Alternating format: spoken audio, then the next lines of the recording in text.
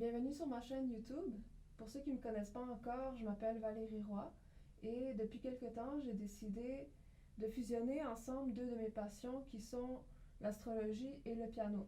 Donc ce que je fais, c'est que j'imprime la charte astrologique du ciel pour une date importante, que ce soit l'anniversaire de quelqu'un, la nouvelle lune, la pleine lune, l'équinoxe, le solstice d'hiver.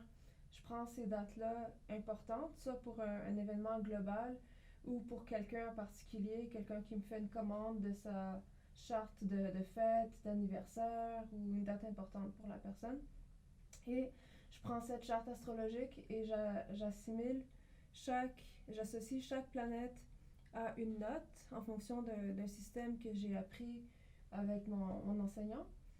Et ensuite, je décortique ce qui se passe au niveau musical, les interactions, les dialogues entre les planètes.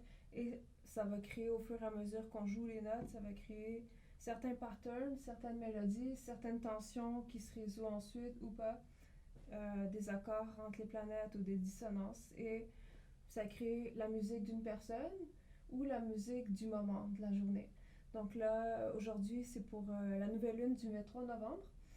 Et d'habitude, j'ai pas l'habitude de parler avant de faire une vidéo. D'habitude, je me lance tout de suite dans la musique. Si vous avez écouté mes autres vidéos, je fais que la musique, mais là, ça me tentait de partager un peu avec vous, d'expliquer qui je suis, d'expliquer ce que je fais pour éclaircir les choses, parce que c'est bien beau de jouer la musique et tout, mais c'est intéressant de comprendre ce qui se passe aussi.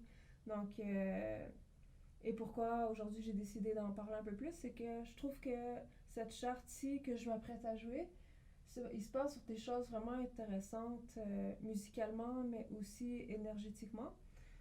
Entre autres, depuis 2019, peut-être vous le saviez ou non, mais il y avait une certaine tension entre deux planètes quand même importantes, Jupiter et Neptune. Et c'est assez intéressant parce qu'en ce moment, cette tension-là est en train de se résoudre. Donc Jupiter, ça représente tout ce qui est nos idéaux, la foi, la confiance en nous, l'optimisme, la joie de vivre, mais un côté un peu naïf aussi qui fait en sorte qu'on peut se lancer vraiment de façon impulsive dans quelque chose sans trop réfléchir parce qu'on a tellement de joie, d'optimisme qu'on fonce puis on réfléchit pas. Et Neptune, c'est le côté rêveur, créatif, l'imagination, mais ça peut être les illusions si on ne fait pas attention avec Neptune. Donc là, il y avait une tension, c'est intéressant, entre Jupiter et Neptune. Donc il y avait un peu de brouillard, d'illusion, puis peut-être un peu de pas trop savoir où on s'en va, puis de confusion et de perte d'optimisme. Mais là, ça, c'est en train de se dissoudre. Donc, il y a une certaine libération qui se fait, une joie qui revient, un certain drive qui revient. Et si on s'accorde bien aux énergies du ciel, bien sûr.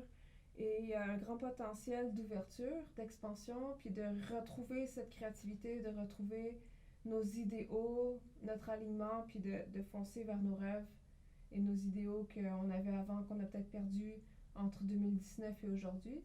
C'est intéressant parce que ça se relie en même temps à tout ce qui s'est passé avec le COVID. Puis là, tout ça, c'est en train de se dissoudre.